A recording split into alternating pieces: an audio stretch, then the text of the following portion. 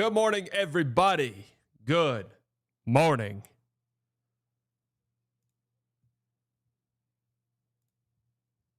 I gotta be honest with you. I have no clue what we're gonna talk about today.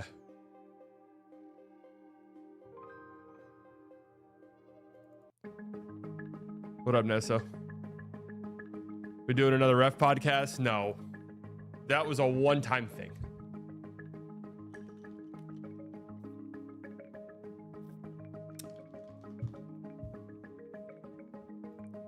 I don't know what we're going to discuss, really.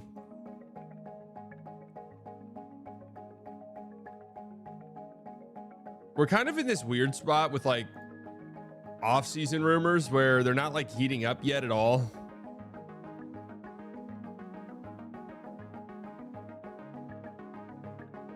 NBA horoscope predictions for every conference finals team. Oh, hell yeah.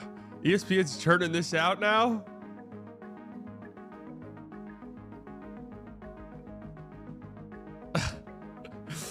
What'd you have for breakfast?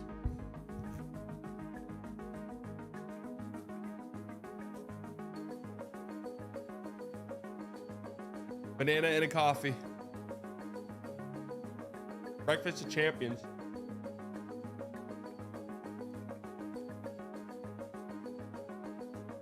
Good morning, everyone.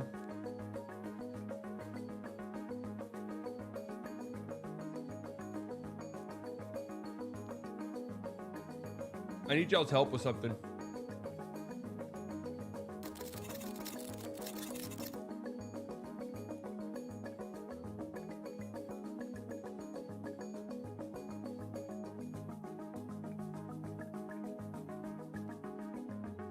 I think I want to go in next week and get another tattoo.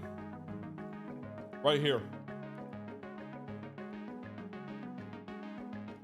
And I'm kind of thinking I want it to like start here and come across if possible.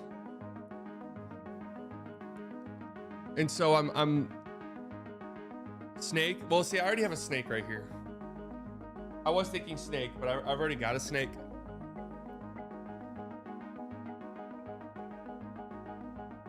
Oh, the two. It better be Australia. So I have this one saved. I like this one a lot, but this one feels like a more like up here one. Why did I have this one saved? Which one did I like? This one's, I kind of like the sun with a smiley face.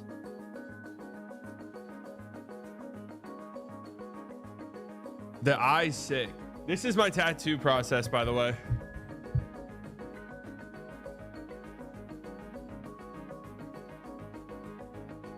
So I like the idea of something like this, and I threw the idea out there to someone I know, and they're like, it could be misconstrued to being like BDSM, and I was like, all right.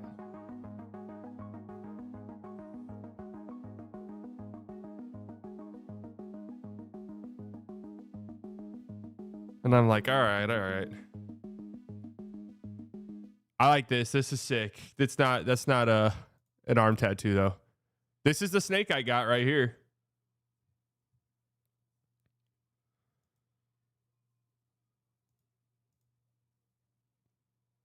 Get a train tattoo? Honestly, maybe. But honestly, maybe. Maybe. Which one did I like here? The snake's cool. I like this. I like the idea of an eye getting tattooed. Now, does that mean something? I'm always worried whenever I get a tattoo that I'm going to find out it's some like Freemason symbol or some satanic symbol.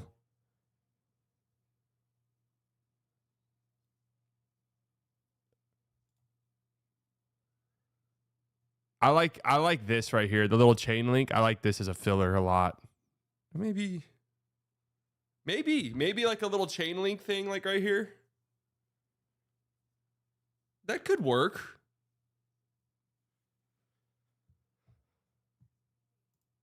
That could work. Not religious. a little sacrilege to put any of this stuff on.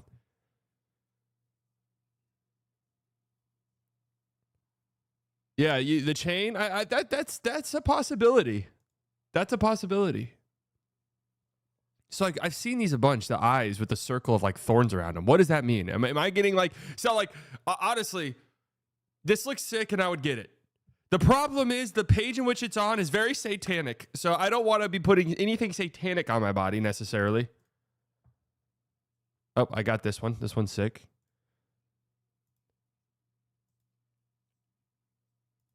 I like this. This one, I kind of like this.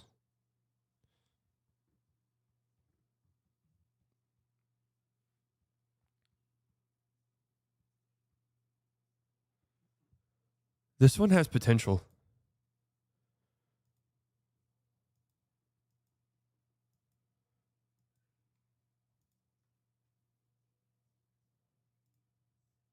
These are all dope. I'd get all of these.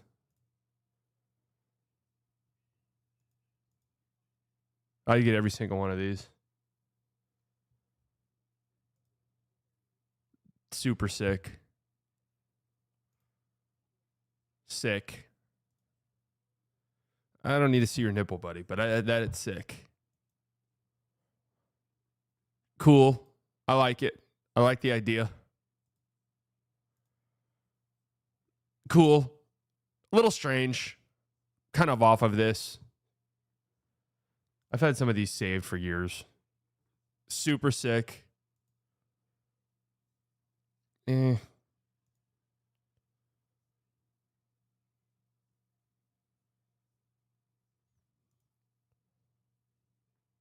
I like this style right here. What would you call this?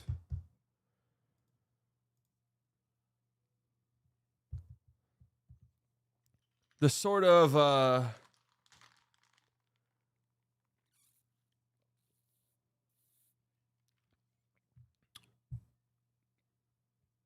medieval like, but the style with like the I don't draw or anything like that, but the style with the lines.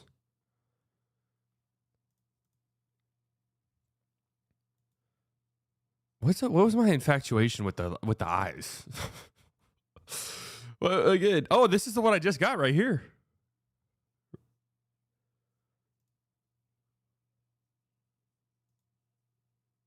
I like this.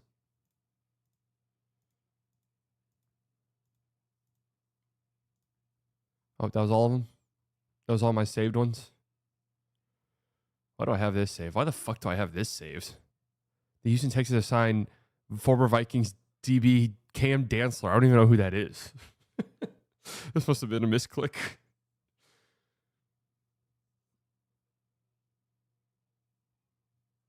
I low-key thought, I was like, what if I got...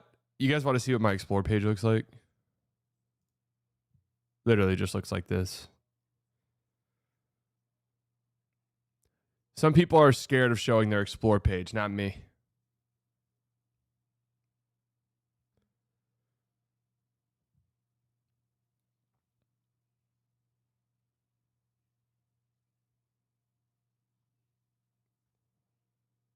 I think it's called engraving style. All right. We go to tattoo conference in Irvine next week. When is it? Maybe I will go. I kind of like what I see on this page. Some of these are pretty sick. I like I kind of want like a castle one like this.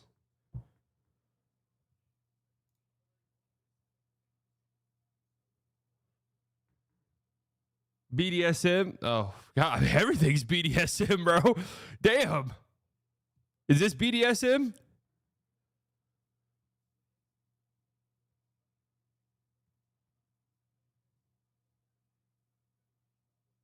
The castle is symbolic for my dick. Oh. Yeah, that's a shame. I like the idea of this. And with my thunder doing well, you know, maybe a little added meeting.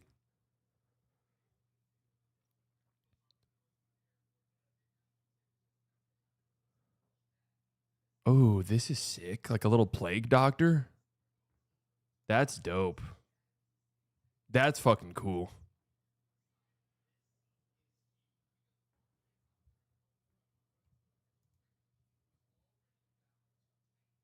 That's sick. All right, let's get started. Just get Finn.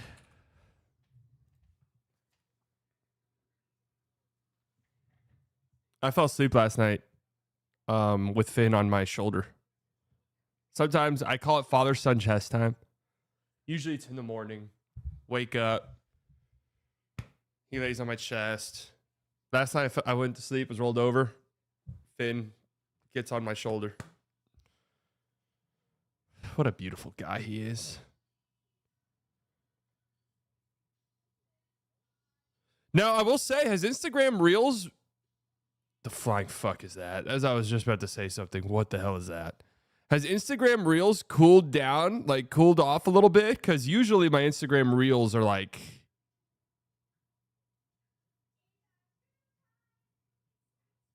Usually my Instagram Reels are...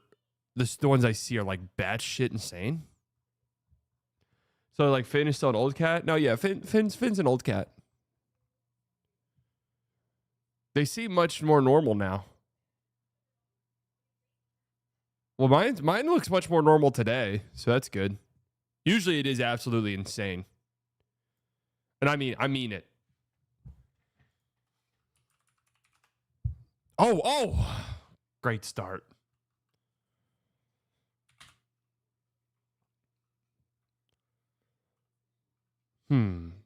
Should. Shops. A horrible guess. I mean, what a fucking terrible guess.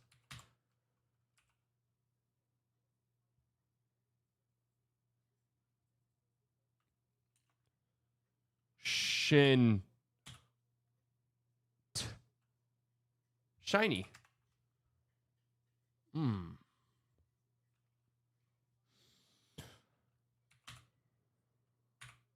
Shul? Is this a word?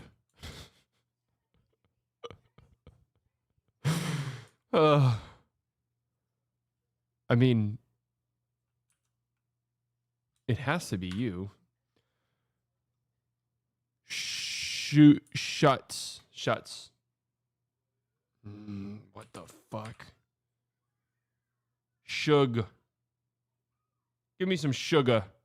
Shugs. Shunt. Shum. Shub. Shove. Shuck.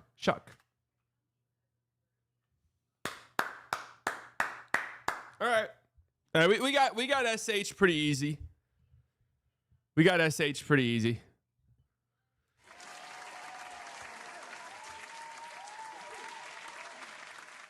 We're on a we've never lost. We've never lost a Wordle according to this.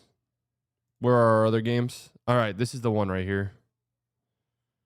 This is the one. Last time was bad. Let's lock in. Eyeliner, makeup. Okay, those could be together. Eyeliner, glasses, things you put on your face. Eyeliner, glasses. Isn't blowout a makeup thing? Is blowout a makeup thing?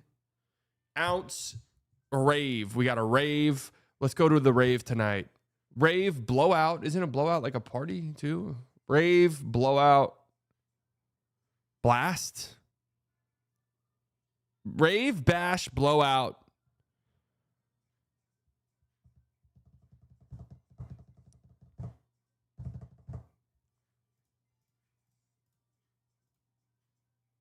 Okay, I was actually quite unsure about that one, but that's good. It's a good start. Character. Drum. Ounce, pound. Well, you would think ounce and pound. Ounce, pound, stone. Ounce, pound, stone.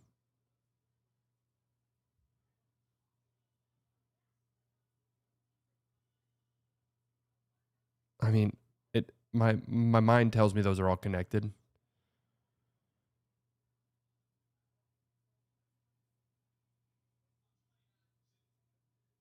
but I can't quite find the fourth option. Fiber, every fiber of my being. Fiber, marble. Could those fiber, marble, stone? Marble and stone could be connected.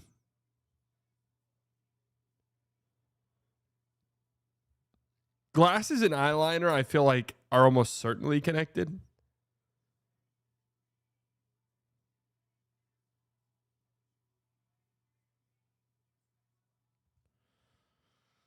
Dude, I'm getting old, man. My vision. What a depressing turn of events. I'm kind of struggling with this one, folks. Ounce, stone, pound. I almost think are almost certainly all connected. But what's another like measurement on here?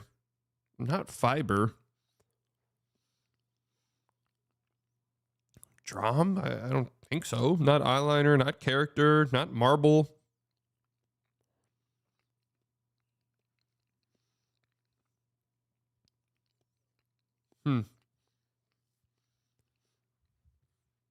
How can nature? What's nature?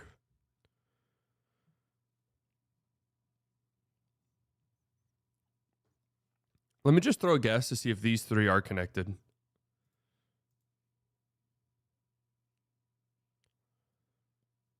What is a drum? I've never heard drum used. That was just out of my ass. I've never heard that used. I have to be honest with you. Okay, eyeliner, makeup.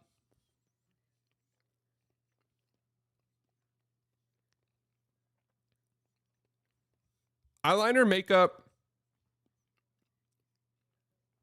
Glasses. Things you put on your face. Marble. Let me just see if these three are connected. This will just be a guess to see if eyeliner, makeup, and glasses are connected. One away. I think they are. Makeup, eyeliner, glasses.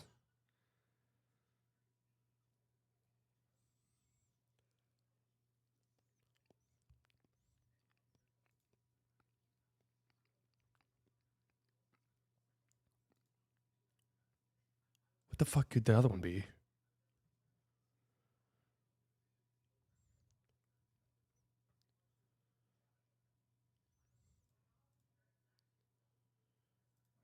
I mean, what the fuck is the other one?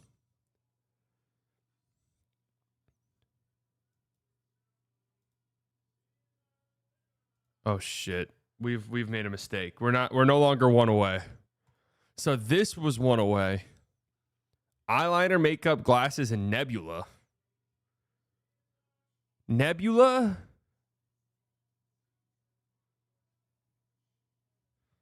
This was also one away. Glasses, marble, makeup, eyeliner. I think we have to take out one and replace it with nebula. Nebula, marble, makeup, eyeliner. What the fuck am I missing? So the nature, fiber, and character are all together? What am I missing here? Let me think about a play on words here. Nature, fiber, character. All right, I'm going to chat. Makeup, nature, character, fiber.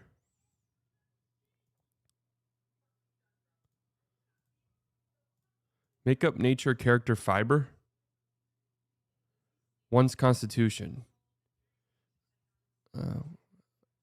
Okay. Eyeliner, marble, glasses, nebula. What cat's eye can be used to describe? What?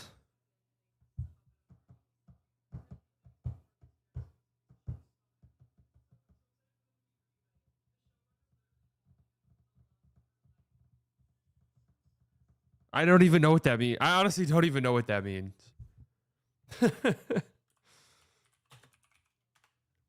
What cat's eye can be used to describe? Eyeliner?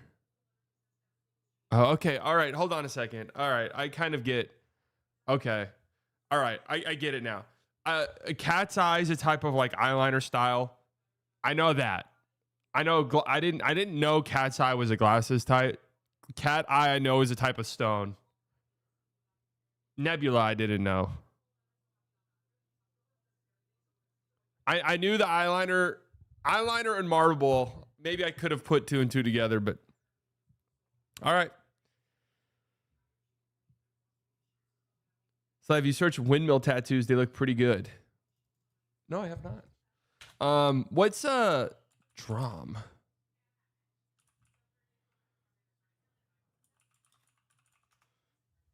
I honestly, unit of mass, 1/16 ounce is a drum. I've never heard that. At least I don't think so.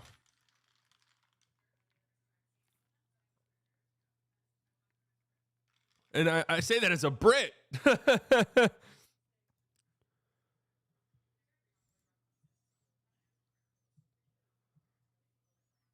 It's for liquor. That's it. I mean, I don't drink. You guys are alcoholics. What can I say?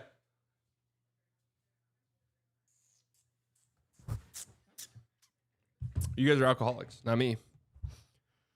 Broccoli for real, Little Yachty. What tune? Is that guy still make music? Drum?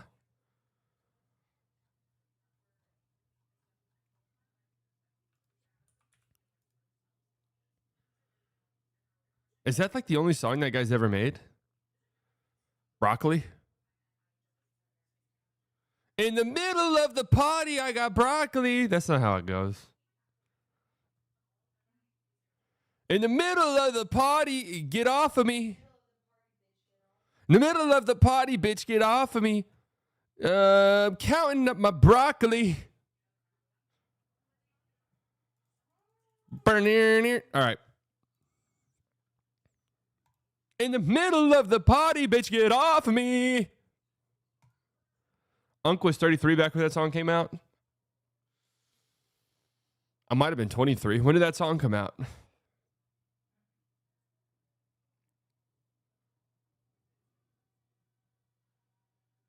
He collabed with Gorillaz. Dude speed ran music. Drum did a collab with Gorillaz? 2016? Nope, wasn't 23. 21. Potentially even 20, depending on when it came out.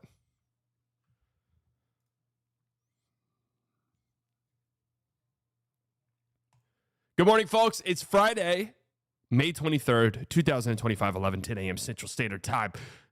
Welcome to Slightly Early. If you're listening to this on Spotify, please leave a 5-star review. We are so close to being the first podcast on Spotify with 1 million 5-star reviews. I'm not sure if that's true or not, but I do know we are so close to 1 million. In fact, let me pull up the live number as we speak. That way I can give you guys an accurate representation.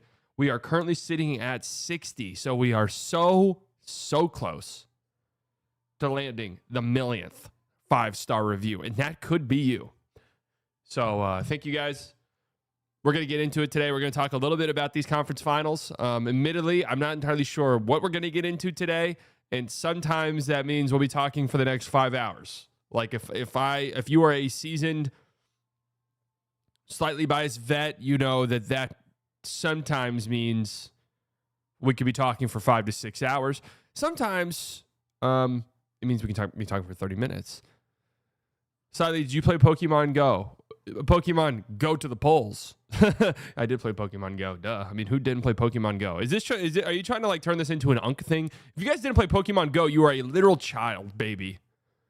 Like you guys are trying to turn this into a making fun of my age thing. Mind you, I'm in my 20s. Making fun of my age thing. You are a literal baby if you didn't play Pokemon Go. Talking Klaxon for the next 5 hours. Fast forward 5 hours. Yeah, I'm just not so sure the Hawks would include Vic Krejci in this trip. Wouldn't surprise me. I'm in my mid to late 20s. Take a guess which one. I'm in my early mid to late 20s. I'm in my early mid to late 20s. Early mid or late 20s. Take a guess. Ask ChatGPT about potential trades we can make to get a decent point guard.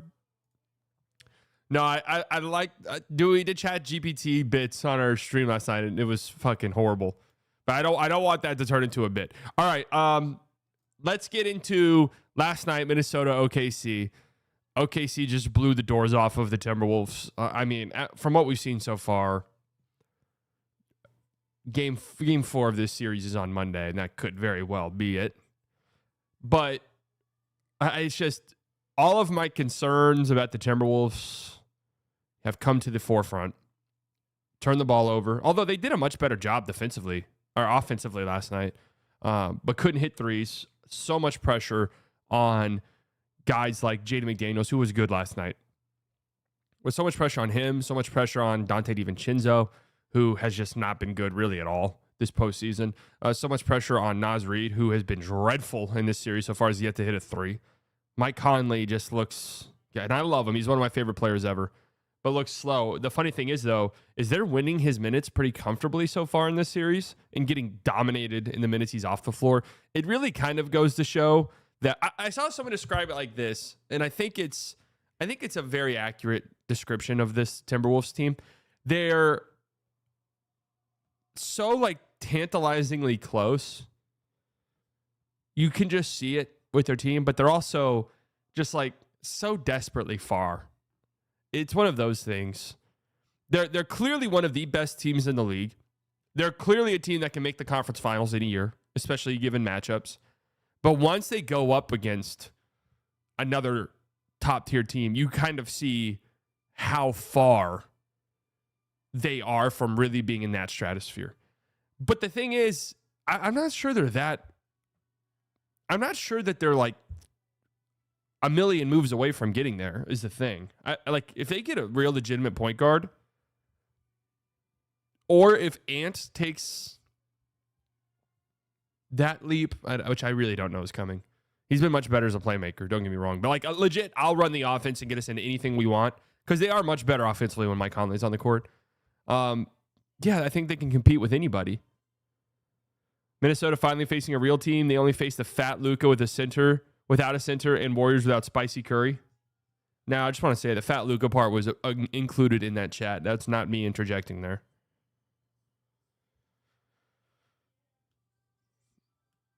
OKC is corny as fuck. Everybody on OKC playing D&D to celebrate their win. What's wrong with D&D? What's wrong with Dungeons and Dragons? So anyways, and I guess the thing that concerns me in this series for them, besides the fact that I absolutely think it's over, I think they needed to win last night to have a chance in this series. But the thing that concerns me is I'm not even sure the Thunder have played that great of a game yet by their standards. You know, they shot 27% from 3 last night. They do a great job not turning the ball over. Shea was incredible last night.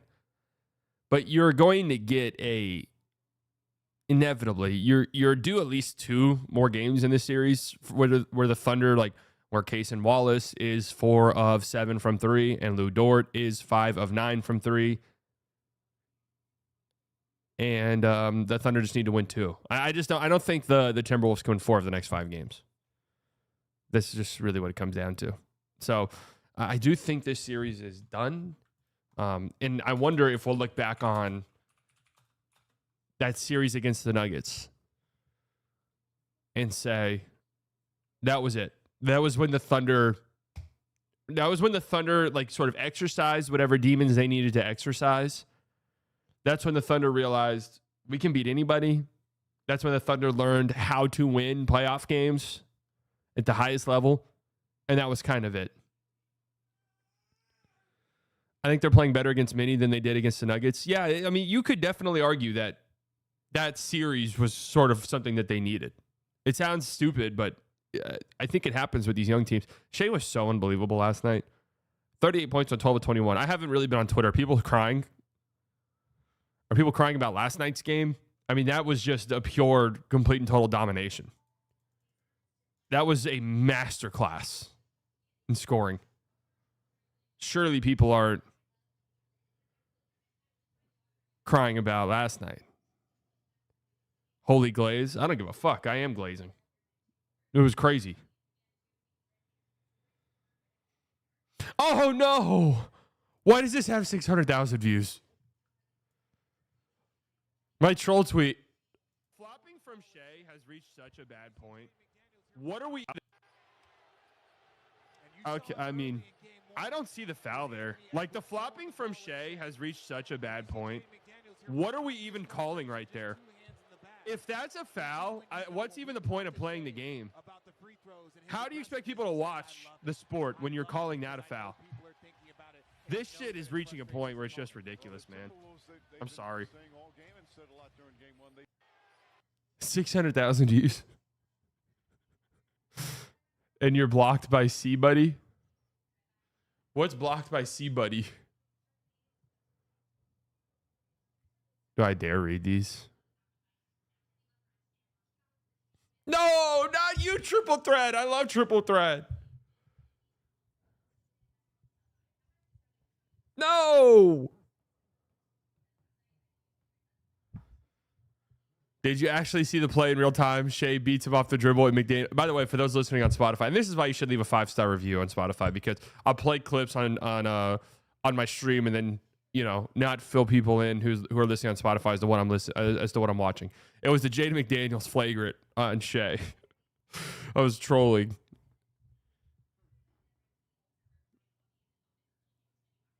Here comes the unblocked slightly Shea shirts. I got a new shirt in today. I'm going to do a photo shoot later. Your tweets are suspiciously going viral the past week. Are they really? I have my notifications set up to where I don't really see notifications. Did you actually see the play in real time? Shea beats him off the dribble, and McDaniels runs to catch up and intentionally deadlegs him. Absolutely a foul. A dirty one at that. The Lions does not get rage baited by the small dog. Hey, man, I'm a big dog. Fuck are you talking about? You're not a lion either. You're a little kitty cat.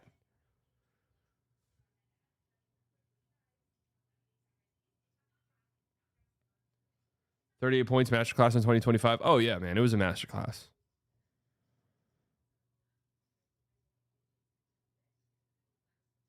I don't see too many people falling for the bait.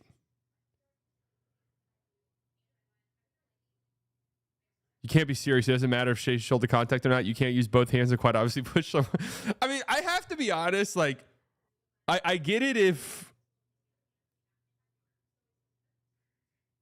I'm sorry, but if you don't think this is a foul, you've never played basketball in your life. Oh, come on. We don't have to do the OKC education graphic. We don't have to do that. We don't have to do that.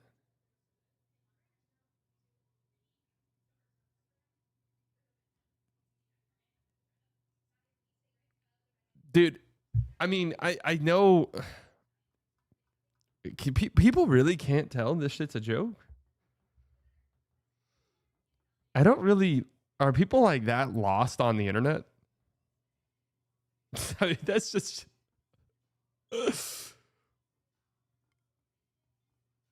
The most obvious foul of the entire game. That's hilarious. 600,000 views. Which one of my other ones have gotten viral? No, my clips are doing pretty well. This post is from an account you muted. Oh, yeah. Lake Show Yo. Yeah. I thought I blocked him, honestly. I think it's really a mixture of bots adding to the rage bait and simple-minded people going with it. Yeah, there is the bot thing. There absolutely is the bot thing. Julius Randle was unplayable, didn't play in the fourth quarter of this game. Do I take anything away from that, really? No, not necessarily. He didn't have that great of a game. Gobert continues to kind of be a nothing in this series. I don't know. What buttons do you push? You know? That's kind of my question for Minnesota. What buttons are there to push to get you out of this? Yeah, Naz Reid, make more threes. That's it. Has yet to hit a three in this series. Naz Reid needs to hit some shots. I did like Anthony Edwards' game quite a bit last night. I thought he was actually really good. Couldn't shoot well. 1 of 9 from three. But I liked his aggressiveness. I liked him attacking the defense, even when they were shading and even when they were showing help. But just attacking and forcing that help to commit which led to kickouts and the ball moving side to side, and that leading to good looks. Like I did think Minnesota got pretty good looks, and I thought their offensive process was much better in this game, especially from Anthony Edwards. But I'm just not sure. I don't think they have enough. They'll probably win a game. The thing about the Thunder, I think I've come to the conclusion where unless they're playing a team like Memphis where they just completely and totally outclass, the way in which they play defense, where they're comfortable giving up threes, they're comfortable giving up open corner threes because they trust themselves to get out and rotate out. They're prone to a game or two where the other team is just 48% from three on the night and wins the game. So because of that, I still think Minnesota will probably get one. But I think this series is over. Thunder think this is over. I think this is over. I haven't seen anything in the first two games that would lead me to believe that this series has a chance to shift. I haven't seen anything in the first two games that lead me to believe the Timberwolves can win 4 games of the next 5. That's not to say they won't, but I'd put the chances at very, very, very slim. Randall's super unplayable right now because OKC packing the paint like fat blunts and Minnie can't make a 3 to save their life to give him space. Well, the thing is like the Thunder will pack the paint no matter what. Even if you are hitting threes, they'll still pack the paint. They don't give a shit. And yeah, his game one, it's such an interesting game one because he was hitting threes and scored the ball pretty well, especially early. But I didn't think he was great, though. He just hit threes. After game 2, I'm not going to lie. Part of me wants to say OKC in 4, but I'll give Minnesota a game. 95%. This series does feel done. Is there a Dante game looming? Maybe he'll be on a heater out of nowhere. I mean, what are his numbers this postseason? He's just been terrible.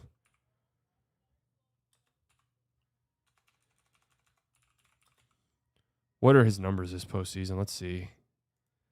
He's currently sitting at 8 points per game, 25% from 3, 32% from the field. Yikes, man. Yikes. 2 turnovers a game. Jesus, he's been dreadful, man. Dreadful. Ugh. OKC Lakers series would have been a 4-game sweep and 20-point blowouts every game. Yeah, the Lakers would have gotten destroyed by this Thunder team. I mean, destroyed.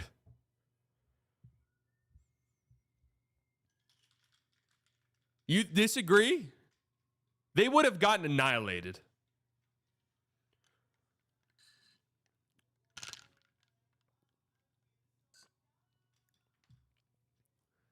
The J-Dub poop game is coming. OKC in 5. Yeah. True. Maybe J-Dub was awesome last night. Seriously. He was fantastic. Only Boston survived a chance for his OKC. Lakers would have gotten swept by 20-point blowouts. Yeah, Boston would have been interesting. I mean, I don't want to sleep on either of these East teams. Because the Knicks in some ways have, I don't want to say something that's similar to the Nuggets, but they have the stabilizing force in Jalen Brunson. They have the offensive plays that you can't really blow up, you know.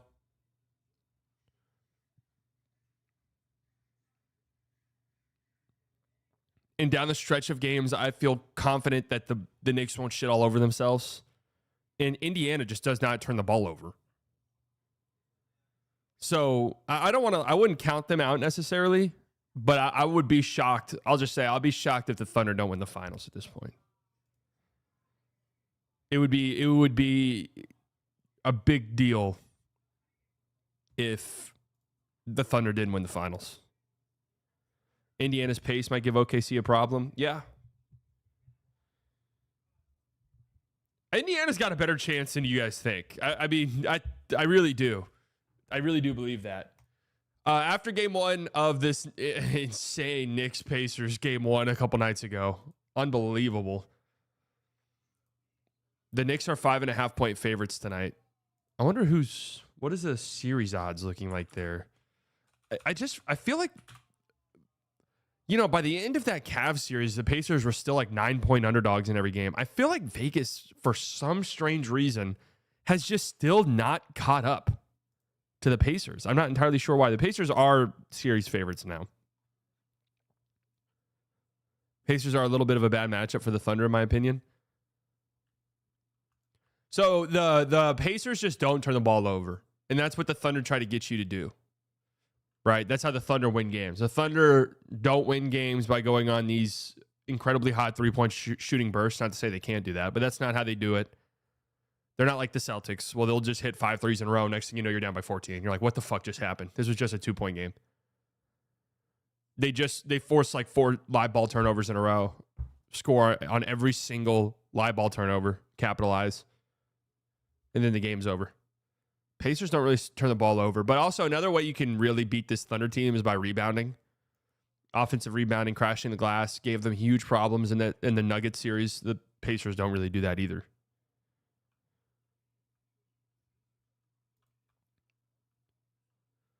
I wonder what they think. What's the Pacers in 6 is the go-to one right now.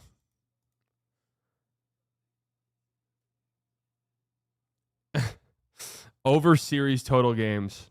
I just don't see this Knicks Thunder or this Knicks Pacers series. It feels like a 7-gamer. Does it not?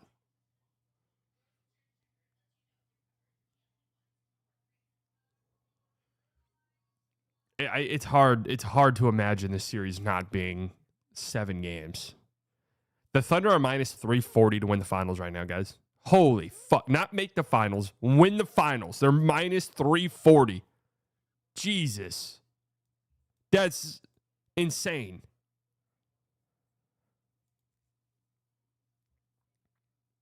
Shea is minus 320 to win the finals MVP.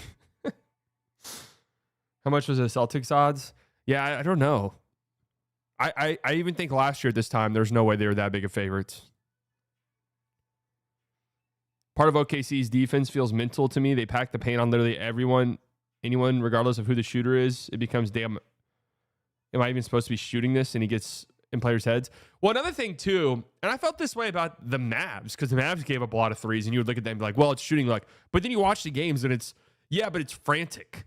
It's shot clock's winding down. We're swinging the ball. The Thunder are just rotating like crazy. They're closing out like crazy. So these passes aren't exactly where maybe I'm not catching the ball in the seams. Maybe the pass is a little bit low. It's not in my shooting pocket. And now I'm like rushing a corner three. Even if it might be a little open, I'm rushing a corner three before this closeout gets here. And even though it might look like an open shot, and even though in like the NBA's definition of an open shot, it might go down as an open shot, it's not a very clean look. I thought that way about the Mavs last year. I was like, well, the Mavs, and it's like you watch them, like, yeah, but these aren't like the best shots. It's like shot clock winding down. I got to go quick.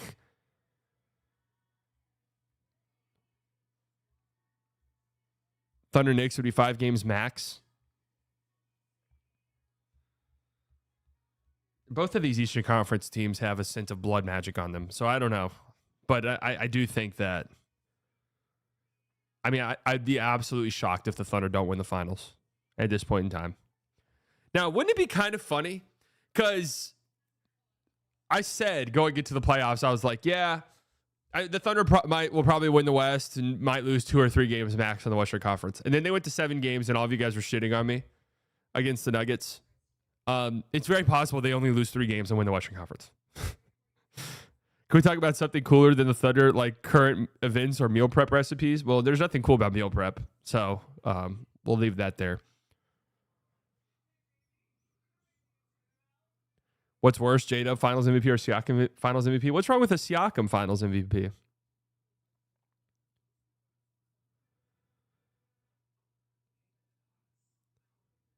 This has you feeling good? Has me feeling a little vindicated. A little vindicated. Yeah, what's wrong with Siakam? God, I don't know. I initially picked Knicks in 7, and I thought this is as big of a coin flip, maybe the biggest coin flip series we've had in the playoffs. What do you guys think? Who do you guys think's winning this series now? I think I'm going to stick with the Knicks in 7. Pacers in 6.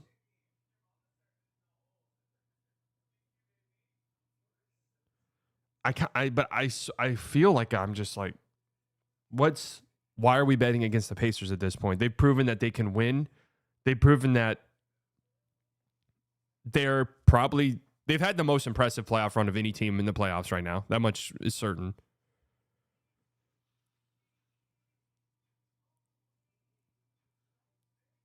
They are probably the best offense going in the league currently. The best shooting team in the playoffs currently.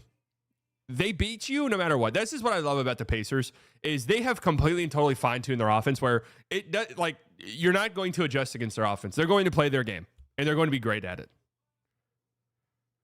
The breakneck pace, Chuck talked about it at halftime during the game, and I'm happy he brought it up. Even when the Knicks were winning, it looked like they were going to win the game. It's like, I don't know if this is in the Knicks' favor because they're just playing the Pacers game of just getting up and down the court, sprinting. The pace was just so batshit insane. And it's just, man, if that's how the whole 7 games go, I feel like you feel great about that if you're Indiana. Like, yes, please play into even if we lose a game, that's fine. Play into our game. That's how we want to play, and this is how we want to play. On State of League, they mentioned that the Pacers had no answer for Brunson, but they also had no answer for Giannis and Mitchell. But the thing is they're like no team has an answer for their offense. Like their offense is just so fine-tuned. The Halliburton has hit Madison Square Garden. The Halliburton.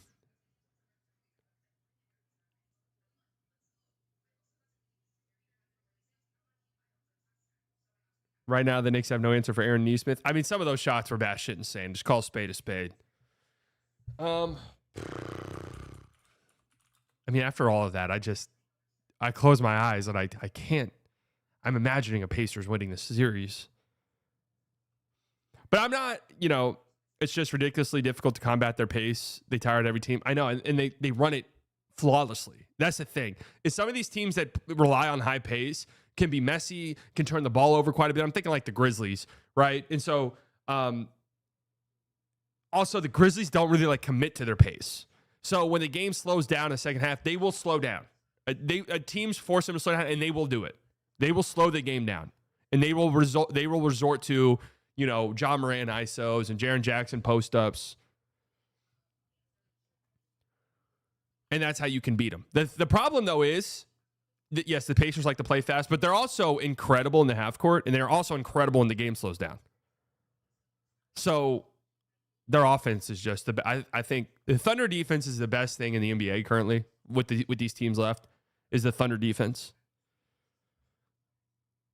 Pacers offense is probably the second best. Saw a tweet from Block, I think, that if the Pacers make the finals, we can finally stop saying last year's Mavs would have won this year. Yes, the Pacers would beat the Mavs. They're a matchup fucking nightmare for the Mavs, or the Luka era Mavs. A matchup nightmare. I was actually having this conversation with one of my friends last night. It was like, we're talking about the Thunder lucky run. You guys know I hate doing the lucky run, fluke runs. Like winning the finals requires luck.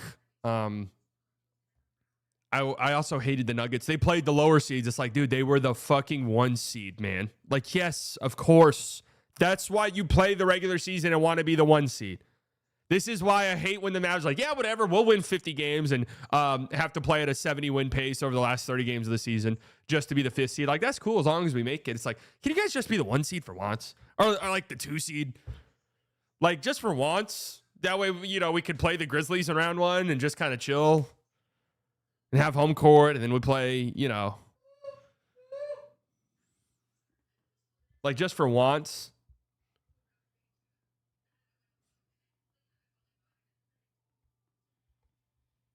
Wiggins for DeRozan? Is that where we're at?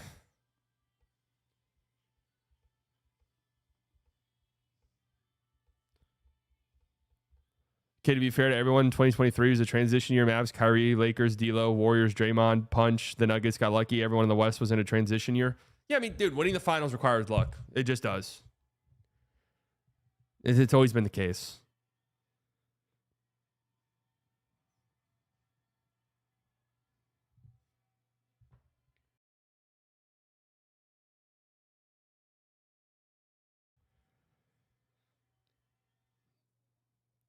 Same goes for the Kings getting the 3 seed. Yeah, I mean, that was the same year, right?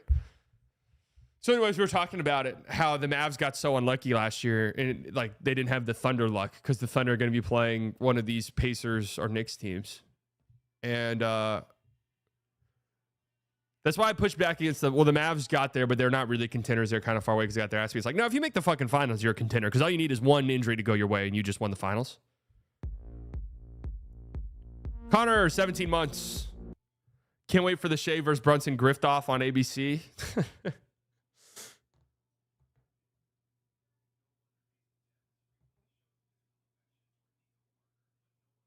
But let's just say last year, Tatum got hurt and Jaylen Brown both got hurt in that series against the Pacers, and the Pacers won. The Mavs were going to lose to the Pacers. I promise you. I promise you. Mavs would destroy the Knicks and Pacers team? No, they wouldn't. I promise you this Pacers team would beat the Mavs. I promise you. They would have beat this Mavs team. Would Mavs beat the Knicks? Even the Knicks would have been difficult. The Mavs finals run last year, incredibly impressive. Like they beat 3 really good teams. But they did get a little bit lucky in the sense that they were good matchups for them. They were good matchups. And that's not to say that the Mavs were like better or that the Mavs should have won. I think they were underdogs in all of them, weren't they? But they were good matchups for the Mavs. Whereas the Pacers are like a nightmarish matchup. You know, if that makes sense. I'm not trying to poo-poo the run because it was a great run. I mean, it was fantastic. The Mavs did a great job. It was awesome. It was incredible. The Mavs are a great team. Nico ruined the year the Mavs could have won this year and kept Luka forever. Yeah, I mean, in a world where, let's just say in a world where Luka doesn't get hurt, and maybe you just do away with all of the Mavs injuries. Let's just say the Mavs were healthy and the trade didn't happen. Yeah, the Mavs could have won the finals this year, I think. I wouldn't pencil in them beating the Thunder. I would not pencil them in to beat the Thunder. And I still think the Pacers would have given them hell. The Mavs are the best team and healthy this year. The Thunder have been the best team from the moment opening tip happened on October 13th or whatever, game 1 of the season. They were the best team then, and they're the best team now. There was no point where that was even up for debate. Why are the Pacers such a bad matchup? The Mavs do poor against teams that play with pace. They, I guess, did poorly. This is a new Mavs team. Poorly with teams that play with pace. Their defense struggled mightily against teams that spread the floor. They play 5 out, 5 shooters, especially teams that have stretch bigs have always given the Mavs problems. And also teams that that run a lot of action, a lot of off-ball action.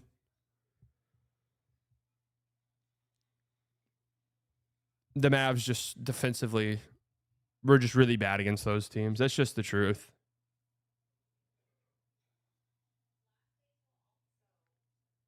Hashtag Nico is right. In what way could the Mavs win the finals when you watch how these games are officiated? Oh, here we go. Mavs got to the finals because they allowed us to be physical. They aren't allowing that this playoffs. Yeah, they are. They are. This postseason's been very physical. It's been like one of the biggest talking points up until people started crying because they realized Shea Gilgeous-Alexander's really good. And that they've just been on Twitter all year, like laughing at Shea. Free throw attempt, just laughing at him. And they haven't really watched really at any point. And now they do tune in and watch, and they realize, oh, wait, this guy's actually an unguardable force. Like, you literally cannot guard him. You can't stay in front of him. You can't prevent him from generating space. So you have no choice really but to foul him. And you realize, oh, this guy gets fouled all the time, like legitimately fouled. And now you just have to cry about it. Like, that's where we're at. Okay. It's been a very physical postseason. No one laughed at Harden. Shea just lame. No one laughed at Harden. Are you serious? Bro, they used to post like 10-minute highlight clips of each James Harden game of him foul baiting. It's like every game. Every game there'd be like a 10-minute synopsis of every single James Harden drive.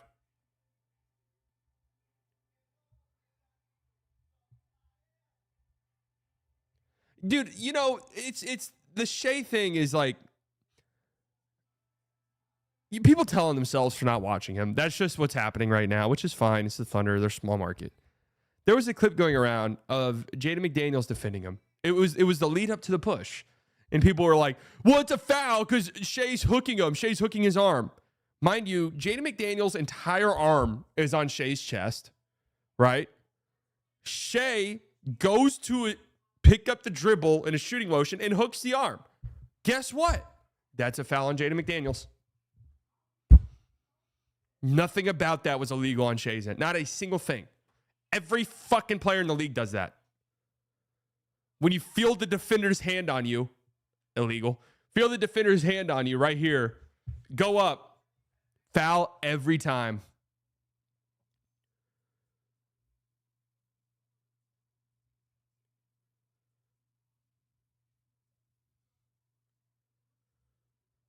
Every time. And you're a Shea sheep? No. You guys are sheep.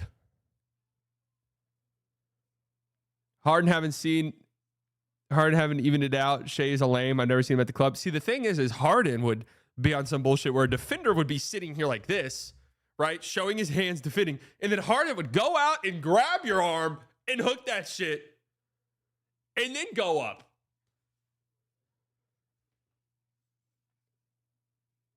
That was the difference. Harden would seek out your arm even if it wasn't in an illegal guarding position and hook you. Harden was on some bullshit. I'm sorry. There's no way you could think Shea's doing what Harden was on. So it's just another planet, man. Harden was doing on some crazy shit. And it's funny because it's not even like the videos where it's 5 minutes of Harden's whole career and we're finding the worst plays.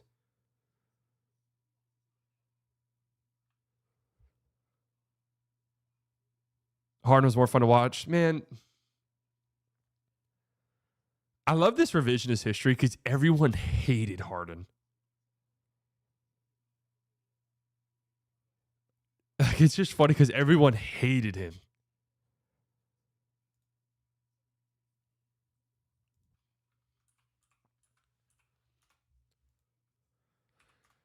The discrepancy in officiating is there regardless of how good you feel Shea is. Shea is great and also egregiously grifts and flops like a fish. Both are true. I'm going to be real, and I agree he does flop. And I know I'm just running Shea defense. I don't really care. Shea is, I don't even think the egregious flopping is like, comparatively speaking.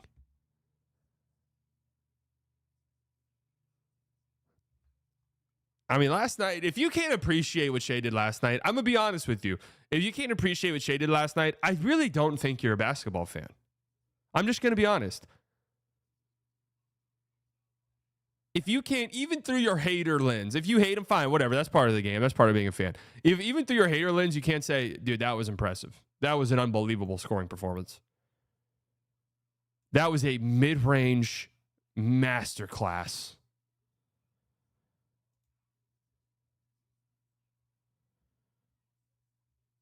$38 points in a playoff game. I've seen better. Well, yeah, fine. 38 points on, I mean, at one point he was 10 of 15. 12 of 21. Only one three-pointer made.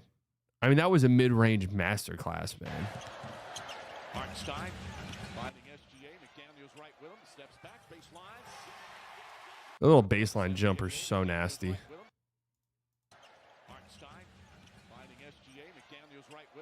God. He has been the mid-range maestro. Williams, nice fake on Gobert, kicks it out. Wallace, Gobert alters that shot. SGA on the drive. Nasty. His second field goal. Alexander falling away. Off the glass, banks it home. 9 straight points to lead. throughout the game. Well, it looks like there's zero impact tonight. Gilgeous-Alexander. Why do you feel differently about Shea than you did Embiid? Embiid literally tore guys ACL. And I think one of the big differences for me is Embiid is a dirty player. Embiid is a dirty basketball player. He is a dirty basketball player. He is dirty.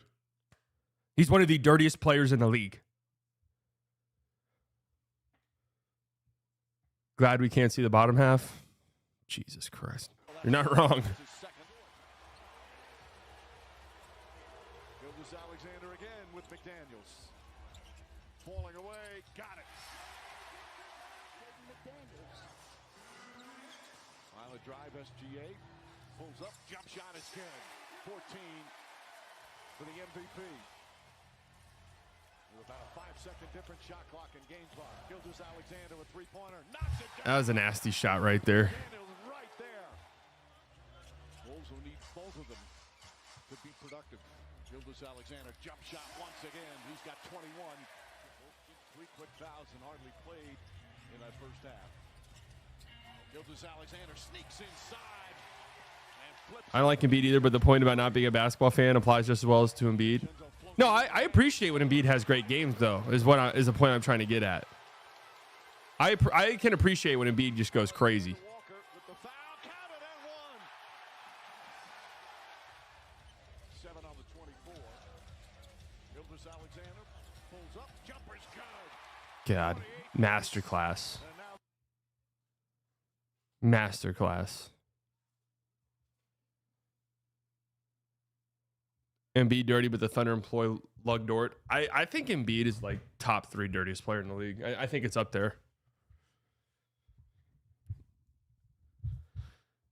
Not to say the Knicks would have beat the Celtics or anything like that, but I think something that gets swept under the rug is the fact that Embiid straight up injured Mitchell Robinson last year. Like, I can't believe that wasn't talked about more. I guess people did talk about it.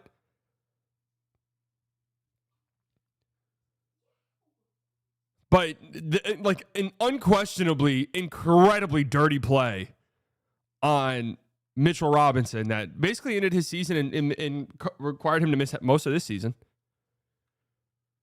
Draymond, Embiid, Grayson Allen. Grayson Allen's been on his best behavior, hasn't he?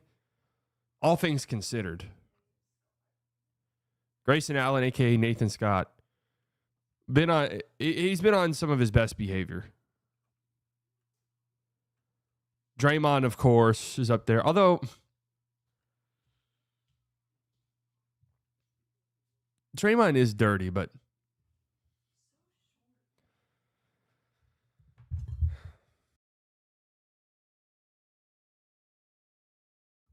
I remember Grayson injured someone in the start of the season.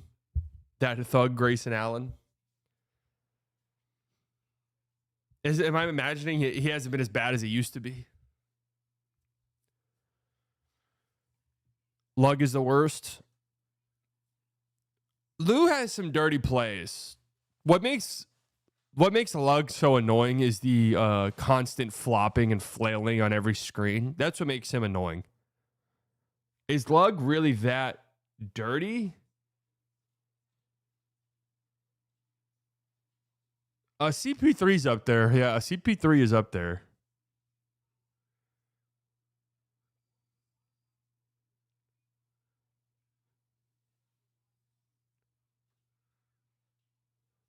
He was hitting nuts and took out Brandon Ingram last playoffs. Yeah. I think the Lug has an argument. That's true.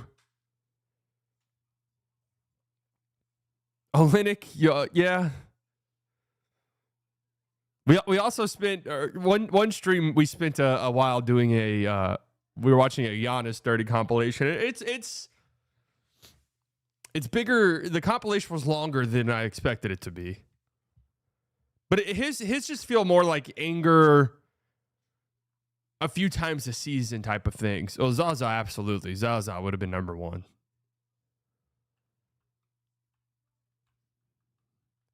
He injured Kyrie and changed history in 2021. So I agree when we were watching that compilation, I was like, damn, Giannis does have some very questionable plays. But That him injuring Kyrie, I think it's a reach to say that was Kyrie's. That was like dirty. You know, it was unfortunate for sure. Maybe a little reckless.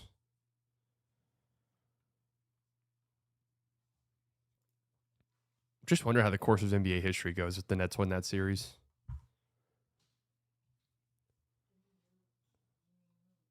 Just such an interesting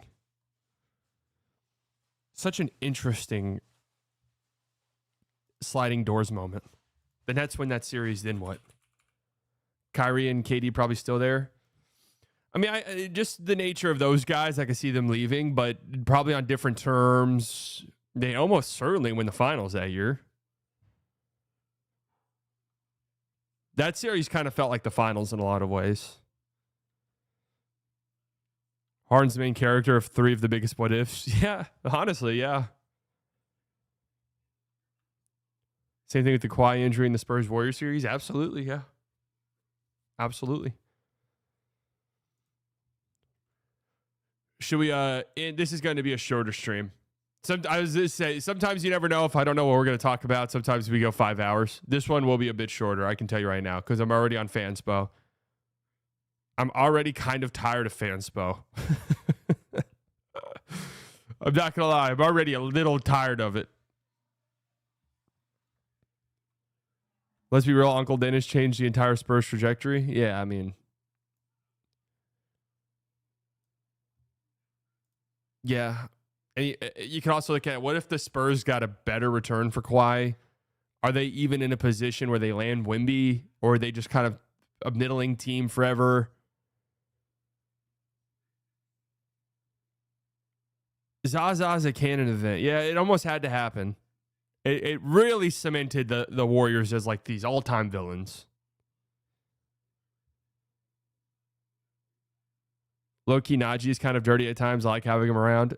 I'm trying to think, objectively speaking, I don't think the Mavs really have a dirty player. Every team's gonna have dirty moments over the course of the season. 82 games, it is a physical contact sport. Like, there's gonna be dirty plays. But I don't think the Mavs have like anyone who's dirty or would have a reputation like that. Maxey a little. Maxey can get frustrated, but he's not on the team anymore. I don't know if you knew that trade went down or not. Are the good series in this playoff dead, or were Knicks OKC be something? No, bro. Knicks Pacers is going to be a fantastic series. Potentially any series involving the Thunder might be. Any series involving the Thunder might not be that good at this point in time.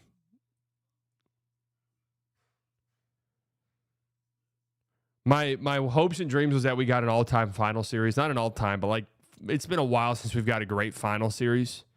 And it's on the table. It absolutely could still happen. Westbrook, maybe he's pretty scrappy, though. Yeah, I don't know if I'd call Westbrook dirty. Yep, I plan on streaming tonight's game. Assuming my power doesn't go out or some shit. Yes, the entire All-Star game voting process was changed because Zaza Pachulia almost made the All-Star game. Was like incredibly close to making the All-Star game. Not just making it, but being an All-Star starter.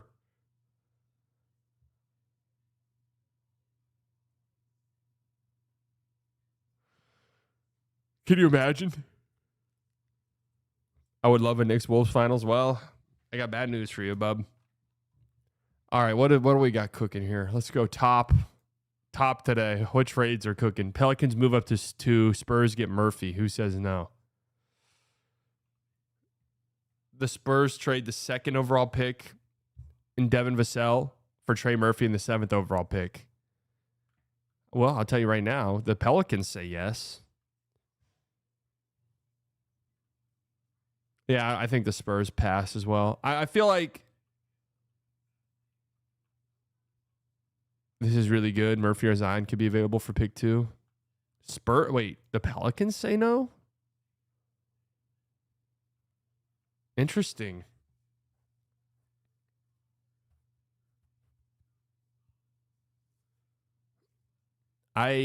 Pelicans pass, really? I know this. I know Trey Murphy was great, but I mean, at a certain point, you got to be kind of realistic about who you are as a team. Like, this team's not winning,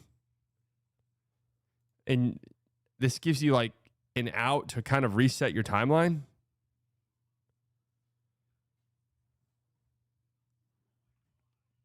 I mean, maybe I'm just like Dylan Harper to me seems like legit star in the making. Like, pencil him in. That's the face of your franchise for the foreseeable future. Like, clearly goes number 1 in last year's draft by a lot.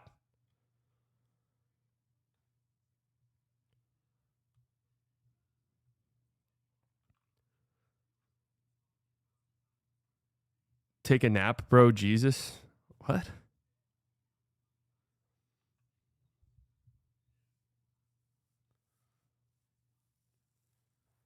Let's be real. Ace Bailey goes number 1 in last year's draft. That's probably true, too. No, I don't like Devin Vassell is just in here for salary, I'd imagine. I mean, I would do this if I were the Pelicans pretty easily. I honestly don't think I'd do it if I were the Spurs. Pretty interesting trade, though.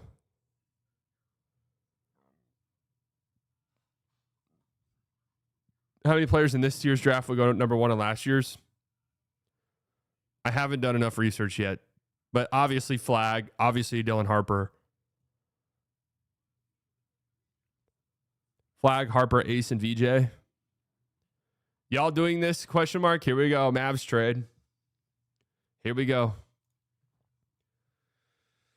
Colin Sexton, Svi Mihailuk. No way the Jazz trades in 2 second rounders. The Lakers getting Gafford. The Jazz get Maxey, Caleb Martin, Dalton Connect, and a future first.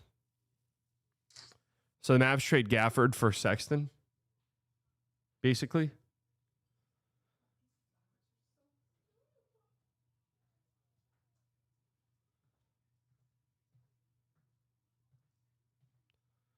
Not the worst, honestly.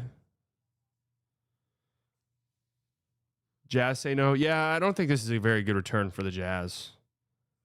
Although they are, like, you can tell because weren't they the ones that made the trade with the Bucks last? Was it the Bucks? Or no, the Suns last year. Was that the Jazz who made the trade with them?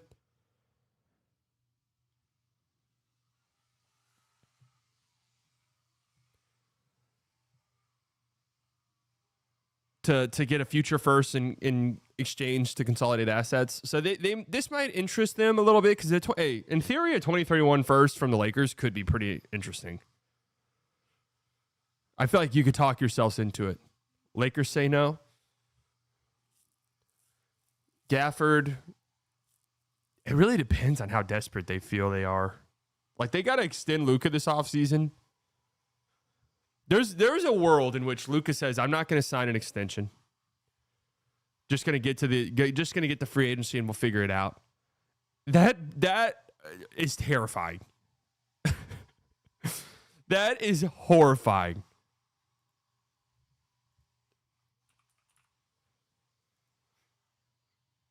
And I feel if they feel pressure in any way, they might feel like they have to do something like this.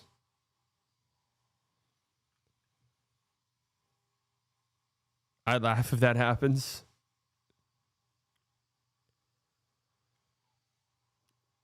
I think this is an interesting trade for all parties, actually.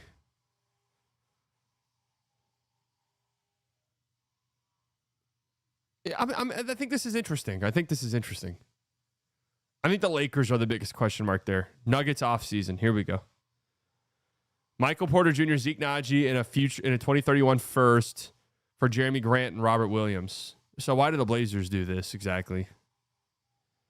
I don't think people realize the Blazers are probably closer to wanting to be good than people think. Horrific for the Nuggets, to be honest.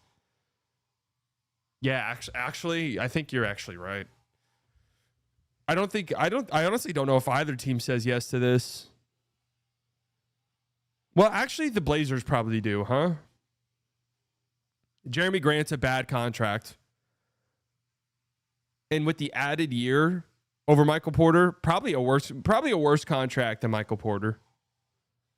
Not probably, actually. Almost certainly a worse contract than Michael Porter's. Zeke Naji is one of the worst non-max contracts in the league. But that 2031 first just feels, it's just like makes you salivate thinking about it. If I'm the Nuggets, I'm replacing Michael Porter Jr. with Jeremy Grant. Like, okay.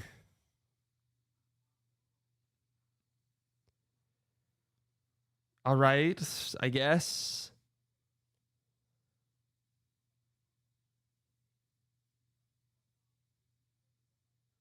Porter would help the Blazers more. Robert Williams would be not like that. Actually, I think the Nuggets for sure say no to this. For sure. If Robert Williams weren't hurt all the time, maybe you consider that a little bit more. But sign and trade. The Warriors failed. That's good. Good to see this. Jeremy Grant, Robert Williams, and Ryan Rupert to the Warriors for Moody, Buddy Hield, a second, and Jonathan Kuminga. Kuminga, $26 million a year. I mean, how can any team in the league talk themselves into paying Kuminga $26 million a year? I can't wrap my brain around it. These Blazers fans overvalue Grant. Yeah, Jeremy Grant's like teetering on terrible contract territory, if not already there.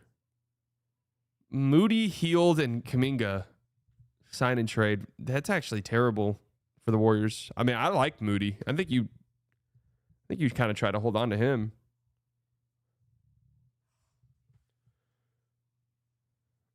All these great prospects, and I got Zach Worcestershire as my number one pick. That is pretty brutal for Hawks fans, man. Something Pacers could think about. Well, I'll be the judge of that. Mavericks get Obi Toppin in a 2031 first for Gafford. Yeah, sign me up. I'm in on that. I'm in on that 100%, by the way. Are we a second apron right now or after the flag draft? I think after the flag draft. They'll have to shed some salary to not be a second apron team, from my understanding. Mavs can't aggregate any trade or take more salary in a trade. We are a second apron team. No, they're not a second apron team right now.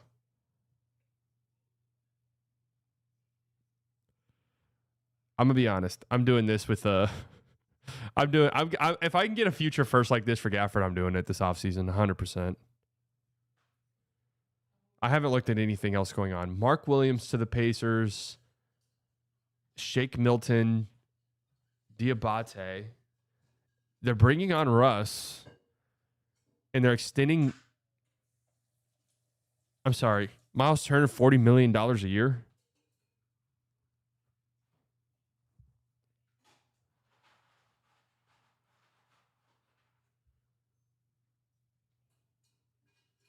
Am I saying that correctly? We are right now. The cap hold for the pick makes us a second apron team. Well, I was talking to Mavs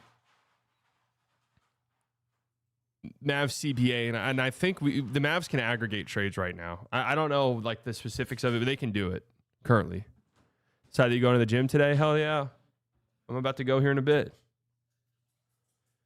When you come back from vacation? July 3rd or 4th. July 3rd.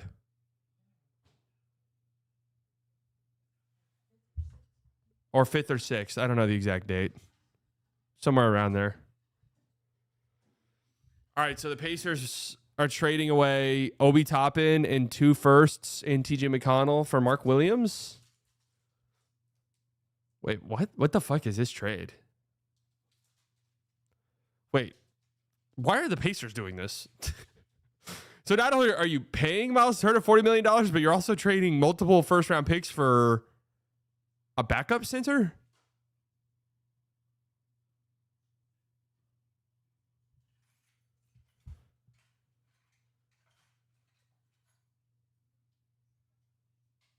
I'm a little bit confused. Am I missing something for the Pacers in this trade?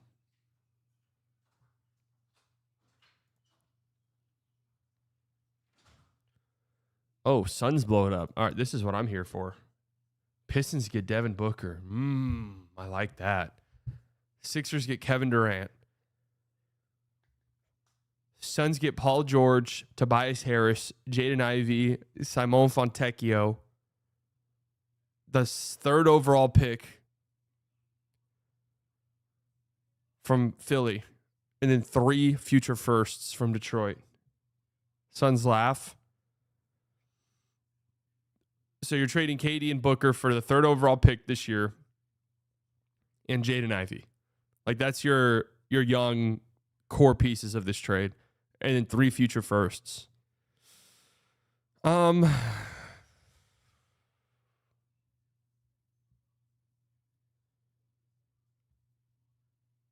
don't think it's terrible. Suns, no, not enough for D-Book. Well, the Suns would do the KD part, I think, almost certainly, right? Even if you're taking on Paul George dog shit contract, like the third overall pick, I think you're doing that. Yeah, you'd probably get more. You could probably get more for D-Book if you are going to trade D-Book. But the KD part, I think the Suns would do it. But I don't. It depends on what the Sixers are, how the Sixers are feeling. I don't think they should do something like that. Blockbuster 4-team deal. Kevin Durant to the Rockets. Devin Booker to the Spurs. Fred VanVleet, Devin Vassell, Harrison Barnes, Jock Landale to the Suns. The second overall pick in this draft. Oh, wow. The 18th overall pick in this draft. The 14th overall pick in this draft to the Suns. As well as a ton of picks and a ton of swaps. And they're signing Meech.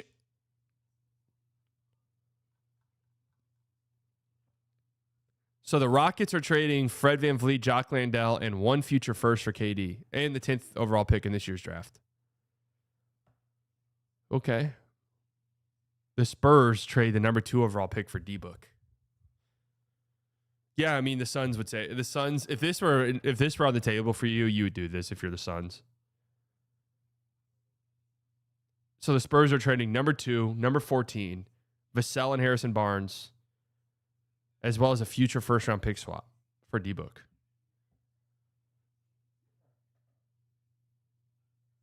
Can I say an unpopular opinion? I think I'd rather just roll the dice on Dylan Harper.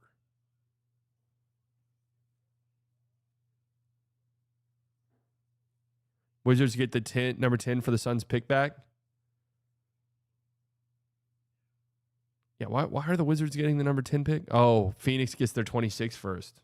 This is well thought out. And wait, hold on. In this trade, the Suns are getting all of their picks back, it looks like. Okay, this is pretty well thought out. I mean, for the Suns, yeah, you run. Yes. You do this in a fucking heartbeat.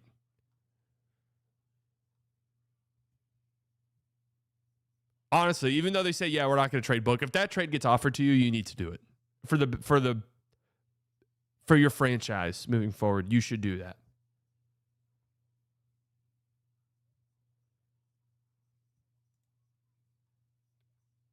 Here we go. Giannis ends up on the Sixers for Paul George, Jared McCain, and the 3rd overall pick in this year's draft, as well as 3 future firsts. One of them being a Clippers pick, which is pretty... Wow. Sixers have that pick in the Harden trade, huh? That's interesting. Yo, low-key. This is not a terrible return for Giannis. This is not a terrible return.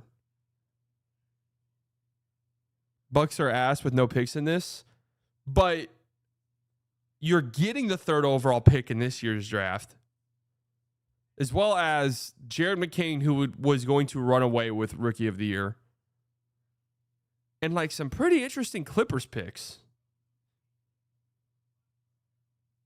Giannis and Embiid. So the Sixers would be what? Maxey.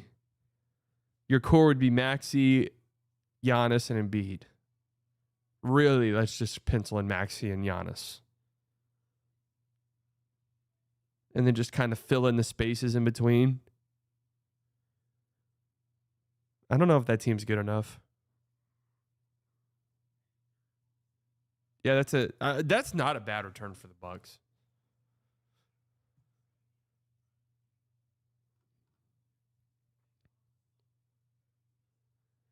Kai and Flag for Luka. Would you do that if you replace Nico as the GM? Kyrie and Flag for Luka? Honestly, I'm just taking Flag. I'm just taking Flag. Like, we're just moving on to a new era.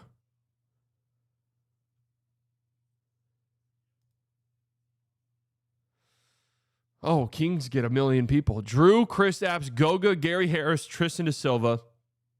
28th pick in this year's draft, 16th pick in this year's draft. That's what the Kings are getting in this trade. The Magic are getting Malik Monk. The Celtics are getting DeMar and Jonas and saving $27 million. Holy shit.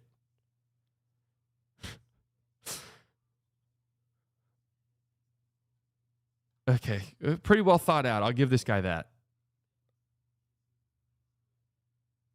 I can't imagine DeMar and the Celtics at all. So the Kings get, I mean, just kind of two shitty picks for a few bad contracts. I don't think the Kings would do this.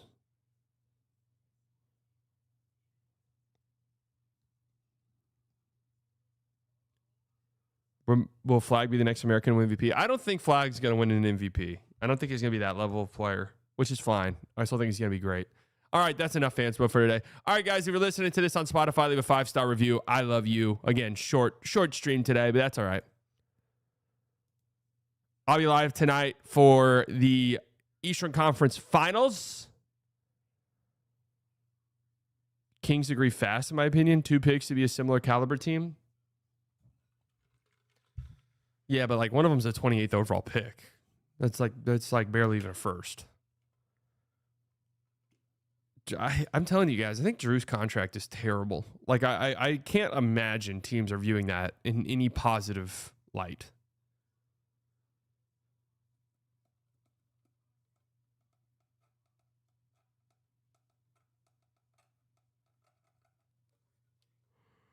You know what I mean? I just can't imagine. Teams like, dude, yeah, Drew at $40 million, damn near. Fuck yeah, let's do it. He looked great this year. Oh, here we go. Everyone wins. Giannis is on the Lakers. Here we fucking go. Oh, yeah, I'm sure this is going to be a great trade. Giannis to the Lakers, along with Bobby Portis. Oh, somehow Walker Kessler is also ending up on the Lakers. AJ Green. So in this world, the Jazz are basically trading. Oh my God. All right, hold on a second. This looks like the worst trade I've ever seen on here. So the Bucks are trading Giannis and Dame, as well as Kuzma. Here's the return they're getting. Ayton, Jeremy Grant, guys, stop laughing. Rui, Jordan Clarkson, Jared Vanderbilt, Gabe Vincent, and Shake Milton. And 2 first-round picks. One of them being the 21st overall pick in this year's draft. That is their return for Giannis. Now, maybe you can make the argument that, yeah, but they're also getting off the Dame contract and the Kuzma contract. Okay.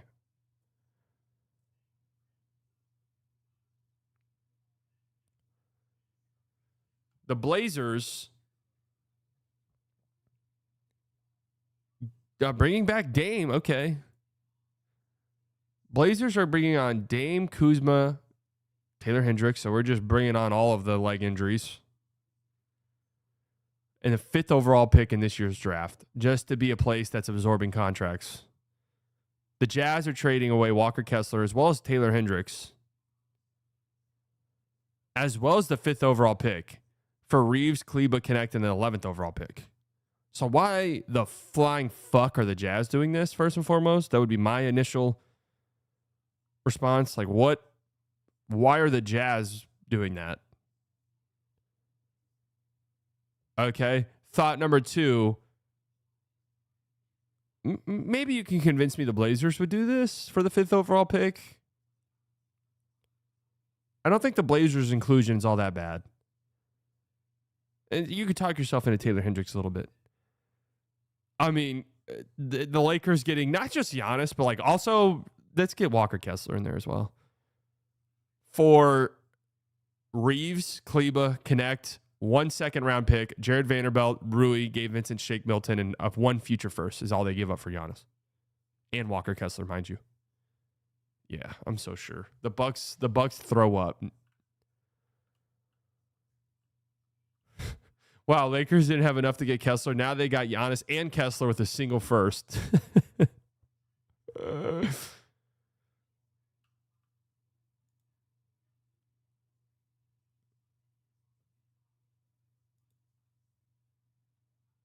man. Hold on. I kind of just want to see Lakers trades. Let's just look at Lakers trades. Porzingis traded. KP on the Lakers for Rui, Jared Vanderbilt, and next year's first from LA.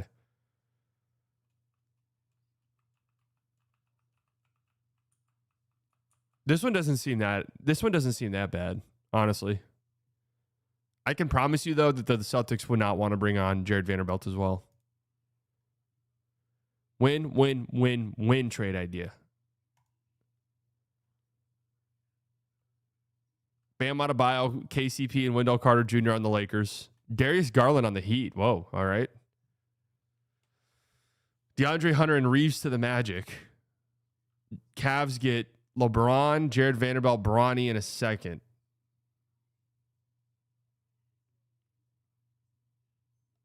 That's horrible for the Cavs. It's absolutely terrible for Cleveland.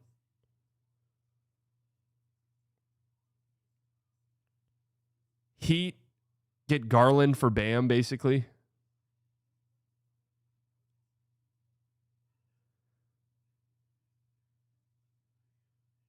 Hey, Bam and Luka together. I've long dreamed of that. I mean, this is terrible for Cleveland, I think. What exactly is this doing for me if I'm the Heat?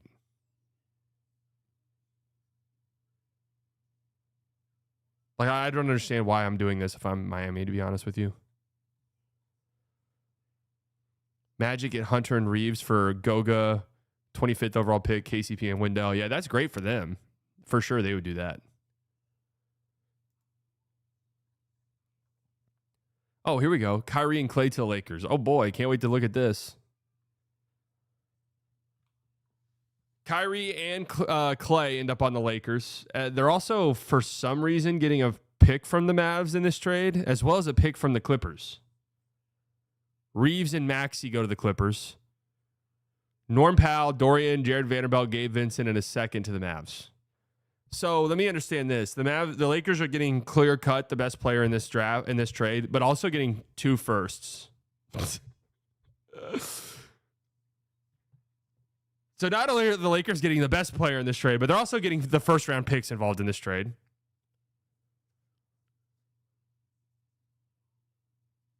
Mavs get, I mean, Norm Powell. All right, you got to extend Norm Powell. That's a problem I think even the Clippers will run into. Dodo. Okay, Jared Vanderbilt, Gabe Vincent. All right. The Clippers are trading a future first and Norm Powell for Reeves. Basically.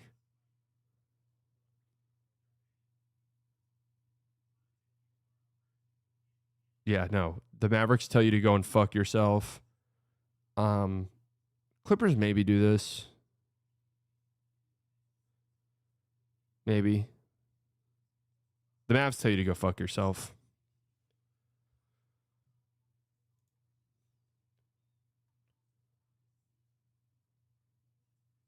KD to the Knicks for OG. Let's see. Knicks get Kevin Durant as well as 2 future firsts. Suns get OG, Jared Vanderbilt. How do you pronounce that guy's Dede?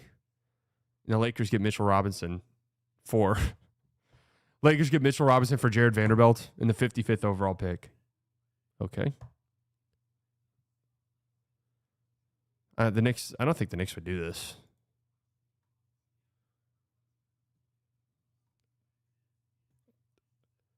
Lakers give up important pieces for a big man. Isaiah Hartenstein on the Lakers for Reeves, Maxey Kleba, and Connect. So I guess immediately, why on earth are the Thunder doing that? Can you explain it to me? The Thunder are doing this. Why? Like, why are the Thunder making this trade?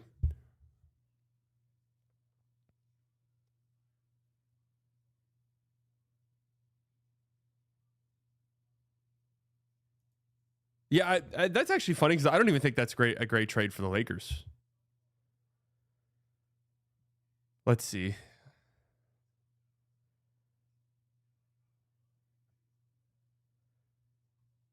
I'm just scrolling through looking at the faces. Oh, Okongwu. Jared Vanderbilt and a future first for Okongwu. That if that's the Lakers play for a big, they'll be very disappointed, I think. Very disappointed.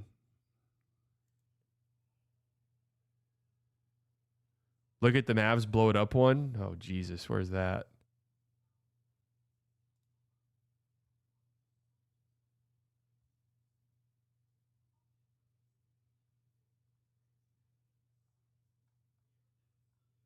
What the fuck even is this?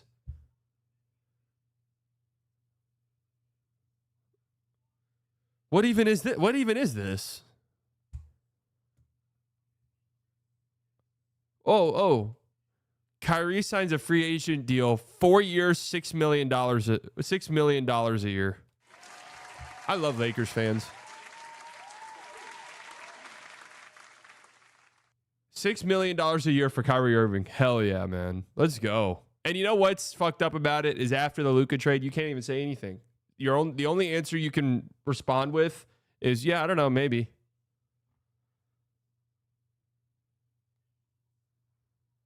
Mavs blow it up. All right, here we go. Paul George on the Mavs. Yay. This is going to be great. This is going to be great. Paul George, Gabe Vincent, Maxi Kleba, Cody Martin. All right, we're combining the Martin twins. Nick Richards and Jared McCain to the Mavs. Well, hey, I'm just going to be upfront. As well as the 3rd overall pick at a 2031 first. Well, hey, I'm just going to be brutally honest with you. I'm interested already. My ears are perked up a little tiny bit. The Lakers get PJ and Cody Martin, or Caleb Martin. No, we don't have the Martin twins anymore. We just traded away Caleb. The Sixers get KD. The Suns get AD and Gafford. So, all right, immediately, the Suns can't do this trade. This is impossible. But let's just say it is possible, theoretically.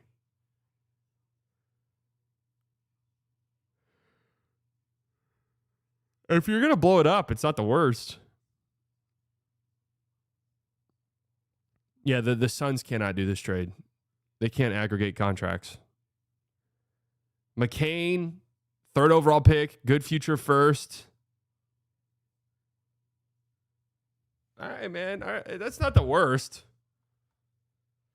They're not going to do anything like that though, but just from a Mavs perspective. Giannis to LA. Hell yeah. Rui Reeves, Jared Vanderbilt, Gabe Vincent, 1 pick. Oh, no, not even like an outright pick, just 3 swaps. Hell yeah. That's what I'm talking about. Lakers all in. Lakers get Gafford, Lonzo Ball. Oh, and Walker Kessler. Jazz get Connect and 2 pick swaps and 1 first. Jesus Christ. Bulls get Gabe Vincent, Maxi Kleba, Shake Milton, and a future first from the Mavs. That's the Lakers pick. The Mavs get Kobe White for Gafford and a first.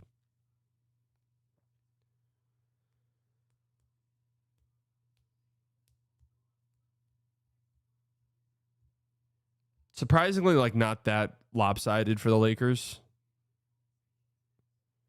I don't think the Mavs do this. I don't think the Mavs do that. I really don't think the Mavs are trading a pick. Fair for all? No, immediately no. Mavs get Goga and Anthony Black, and they're also giving up a pick and Gafford. No. Immediately no, it's not fair for all. Magic get Gabe Vincent, Dalton Connect, and 2 firsts for Anthony Black and Goga. I mean, I like the idea of Anthony Black, but no, man, the Mavs aren't trading that pick and Gafford. No, I'm sorry. I haven't seen enough from Anthony Black. Oh, here we go. Luka back on the Mavs. Oh, here we go. We're just reset. We're just resetting. Mavs get Luka. Oh, and they bring in Chris Paul. Oh, and they signed Dodo. Hell yeah. The Lakers are getting back Anthony Davis. So the Mavs trade Anthony Davis, Max Christie, and Caleb Martin for Luka. So that means after all is said and done, the Mavericks will have had basically just got a Lakers first as well as won the lottery this year. And nothing else really changed.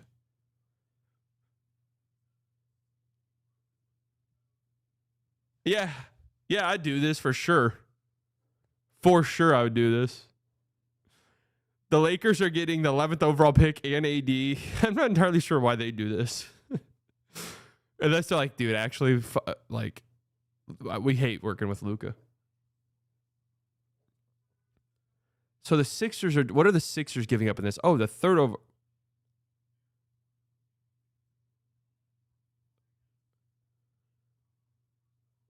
What are the Lakers doing? Or what are the Sixers doing in this trade? The Sixers are trading for Max Christie and Tumani Kamara for the 3rd overall pick.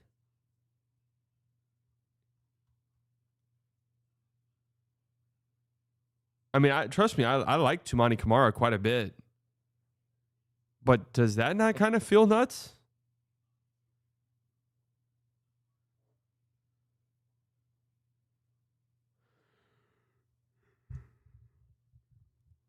Does that not kind of feel insane? Would the Blazers trade Tumani Kamara for the 3rd overall pick?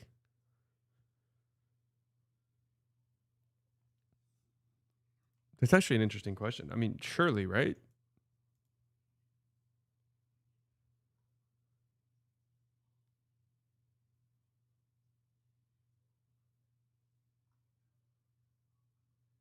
Let's see. I'm trying to see some more batshit insane ones. Oh, here we go. The Lakers need a center. I love this. Immediately failed.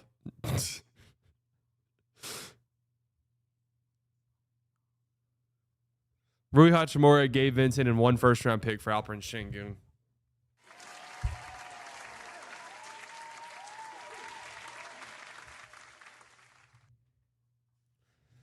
See, Luka found out about vegetables yesterday? Yes.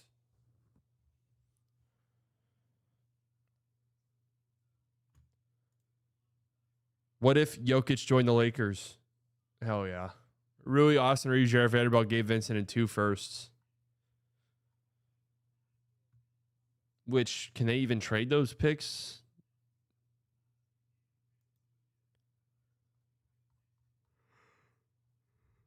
Oh, yeah. I love that. Who says no?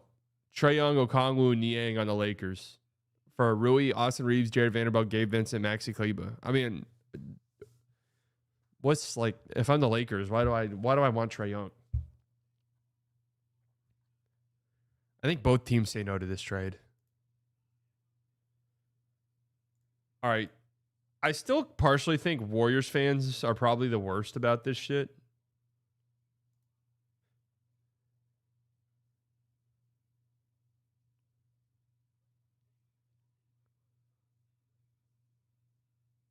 Thoughts? Oh, here we go. Here we go. Brandon Podziemski and Kuminga in a sign and trade, along with, to be fair, along with 4 first-round picks for Jaren Jackson Jr.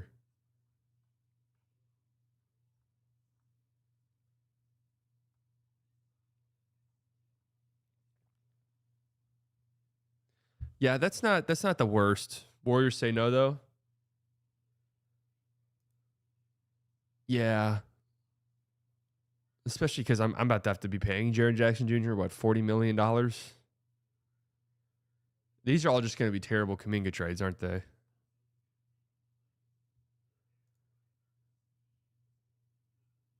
The Warriors are getting Jabari Smith Jr., Nate Williams in 2 seconds for Moody and Podziemski.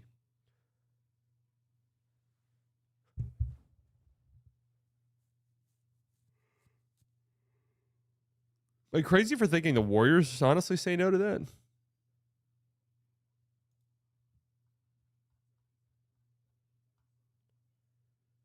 A surprise upgrade for the Nuggets? Guy Santos and Jonathan Kuminga at $26 million a year for Aaron Gordon. An upgrade for the Nuggets? I'm missing the upgrade.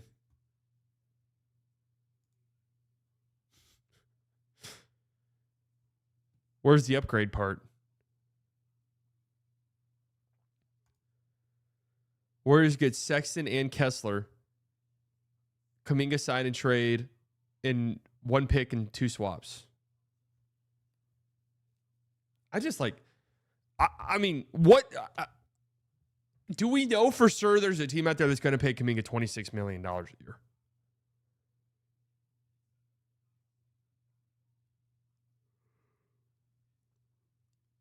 If the Jazz like Kuminga, I mean, they probably consider this seriously. I don't like $26 million for Kuminga, man. Well, what am I missing? I've never fucking seen it. He has a few plays there. Everyone has a few plays every now. These are NBA players. Everyone has a few plays every now and then.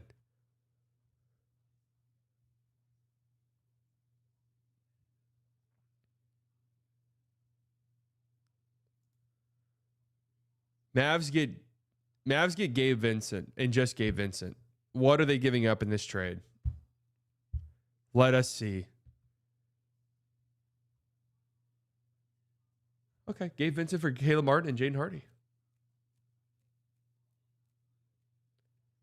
Now what? Why are the Nets doing this? Bring on every shitty contract imaginable and paying Kuminga $24 million.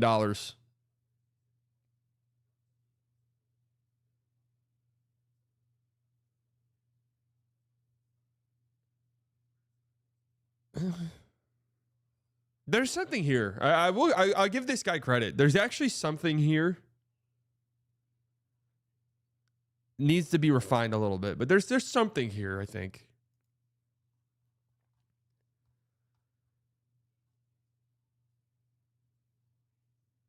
Oh, hell yeah. The Jazz get Steph Curry. Oh, fuck yeah. Jazz get Steph Curry, Anthony Edwards, Rudy Gobert, Naz Reid. Oh, and they sign and trade. Oh, and they trade for sign Kyrie.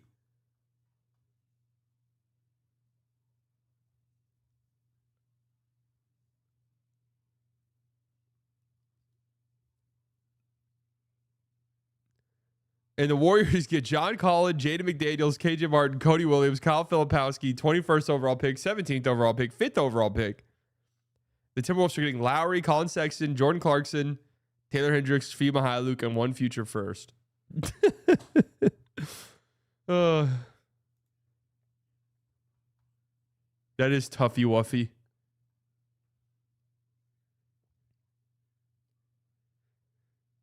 Would you do Gaff for Gabe in a 2031? If I can get a future first for Gabe, I'm saying yes. Or for Gafford, I'm saying yes. That's just the truth. Giannis and Joker. Here we go. The Nuggets get Giannis, Claxton, and Pat Connaughton. The Nets. All right. All right, guys. This is delusion at its highest form. The Nets are getting Michael Porter Jr. and Buddy Hield and nothing else. And not only are they not getting anything else, but they're sending out the 19th overall pick. What am I missing there? The Bucks are getting Jamal Murray, Christian Brown, Jalen Wilson. They're signing and trading for Kuminga. Basically getting 1, 2, 3, 4, 5 firsts.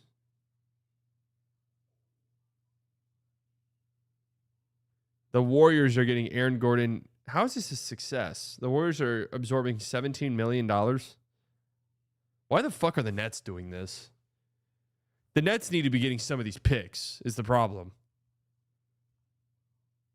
Yeah, why would the Nets do that? Get MPJ while his value is low and get off Claxton's bad contract? Bro, MPJ's contract is 10 times worse than Claxton's.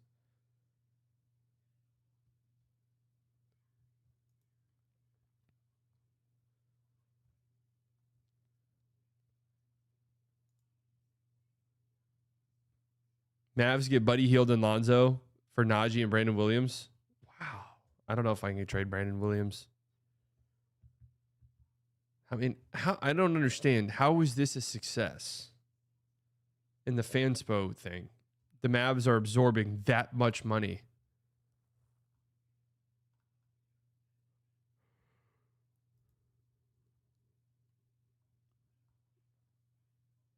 Mavs can't do that because Fanspo doesn't know about Coop $14 million. Who says no? Mavs get a Baji and Guy Santos in 3 seconds. Yeah, the Mavs tell you to go fuck yourself, I think. Even though I like a Baji.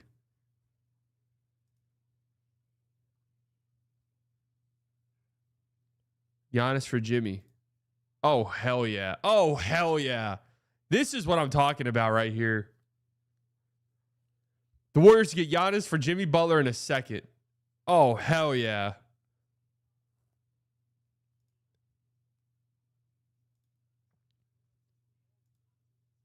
Trending. Let's look at trending trades. 4 months ago.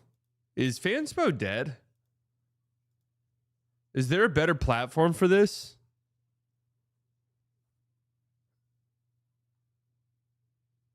Perfect trade. Perfect trade. Warriors get Giannis. I'm so sure. The Bucks for Giannis are getting Tobias Harris, Jaden Ivey, and Ron Holland.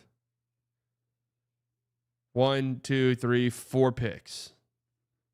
A 2026 first. I mean, here's the problem, though, when you're factoring this in. In a world where the Pistons are getting KD and the Warriors are getting Giannis, the 26 Pistons, 26 Warriors pick is going to be horrible. And the 28 first from both of those teams will probably be bad as well. That's a horrible return for the Bucks. Yeah, I guess why am I doing this if I'm Phoenix?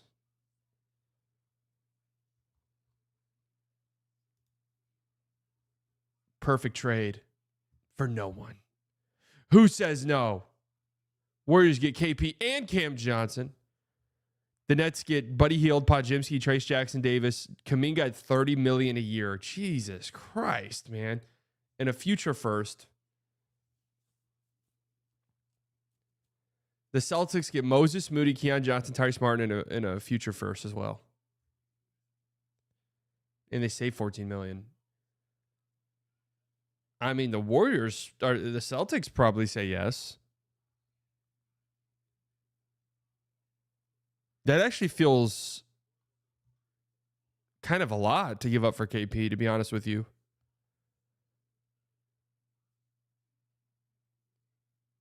If the Nets like Kuminga, this actually isn't the worst. I'm going to be real. This actually is not the worst if the Nets really like Kuminga. I actually see the vision here. But it depends on the Nets like really liking Jonathan Kuminga. Yeah, I agree. I don't think the Warriors do this. Dude, the Warriors love Podziemski. You got to factor that shit in. All right. Enough of the rambling. We'll be live tonight. You guys know the drill. You know the drill. You know the drill. You know the drill.